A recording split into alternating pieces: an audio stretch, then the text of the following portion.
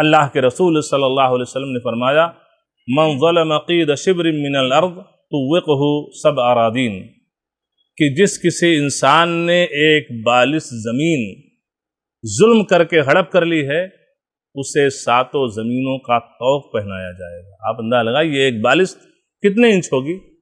7-8 inch ہوگی، کتنا؟ 12 inch.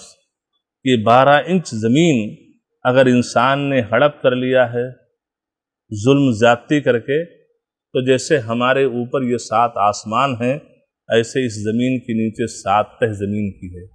اللہ کے رسول صلی اللہ علیہ وسلم فرماتے ہیں 7 زمینوں کا طوق اس کے گلے میں پہنایا جائے گا۔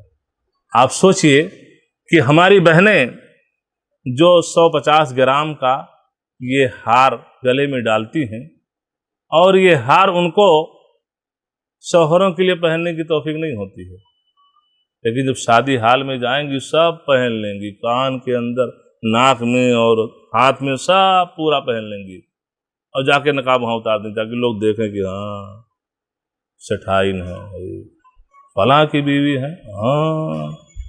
اور جیسے گھر لوٹیں گی سب سے پہلے ہار ہی اترتا ہے، کیوں؟ کٹا جا رہا ہے۔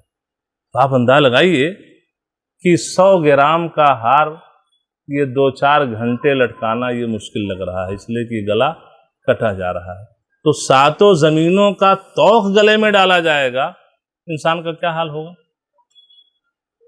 تو یہ اخروی انجام ہے کہ جو لوگ بہنوں کا حق ہڑپ کرتے ہیں اور بہنوں کو میراث سے محروم کرتے ہیں۔ لگژری زندگی جو بہنوں کے حساب پہ چل رہی ہے، معلوم ہے کہ قیامت کے دن لگژری زندگی گزارنے والے انسان کو حدیث کے الفاظ ہیں کہ جہنم کے اندر ڈال کے ڈبکی لگا کر کے اس کو باہر نکال لیا جائے گا۔ ایک انسان سوئمنگ پول میں نہانے جاتا ہے نا، کتنے دیر پانی کے اندر رہتا ہے؟ 2-4 گھنٹہ رہتا ہے، کتنے منٹ رہتا ہوگا؟ منٹ 2 منٹ، اس کے بعد باہر آ جاتا ہے۔ حدیث میں یہ ہے کہ ایسے اس کو جہنم کے اندر ڈبکی لگا کر کے نکال لیا جائے گا، اور اس سے پوچھا جائے گا کہ جناب دنیا کے اندر کبھی چین و سکون اور راحت تم کو ملا تھا؟ دنیا کے اندر پوری زندگی اس کی لگژری گزری تھی، لگژری گزری زندگی، عیش و آرائش کی زندگی گزری تھی، کبھی مصیبت پریشانی کا منہ نہیں دیکھا تھا۔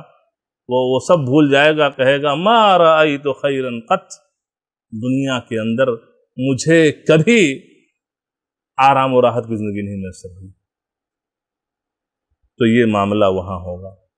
تو جب اتنی سخت وعید اس سلسلے میں ہے تو بہنوں کا حصہ ہڑپ کرنا چاہیے، میراث سے محروم کرنا چاہیے۔